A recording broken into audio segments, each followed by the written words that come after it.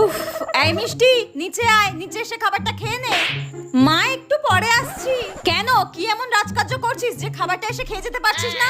আরে বললাম তো একটু পরে আসছি, দাঁড়াও না।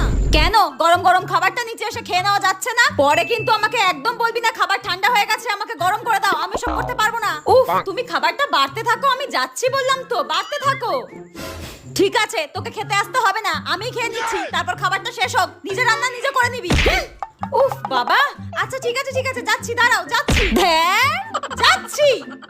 উফ, নাও এসে গেছি আমি, দাও খাবারটা দাও। ও তুই চলে এসেছিস, ঠিক আছে ঠিক আছে, তুই 5 মিনিট বস, আমার এক্ষুনি হয়ে যাবে। 5 মিনিট টেবিলে গিয়ে বস, আমি এক্ষুনি নামিয়ে নিয়ে যাচ্ছি। যা যা বস বস।